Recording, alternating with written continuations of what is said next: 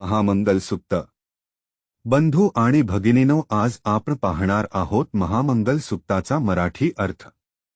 एवं मे सुत एक सम्यम भगवा सवात्थियम विहरित जेतवने अनाथ पिंडिकस आरामे अथखो अंतरा देवता अभिकंताय रत्तिया अभिकंतवर्णा केवलकप्प जेतवन ओभासेत्वा येन भगवा तेनुपुकमी उपसंकतमित्तवा भगवंत अभिवादेत्वा एकमंत 88।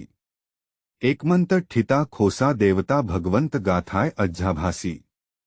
या पदाचा अर्थ असा की असे मी ऐकले आहे की एके वेळी भगवान श्रावस्ती येथे जेतवनात अनाथपिंडिकाच्या संघारामात राहत होते, तेव्हा रात्र संपत आली असता एक सज्जन व्यक्ती सर्व जेतवन प्रकाशित करून भगवंताजवळ आली व भगवंताला नमस्कार करून एका बाजूला उभी राहिली। बाजूला उभी राहून ती सत्पुरुष भगवंताला म्हणाली,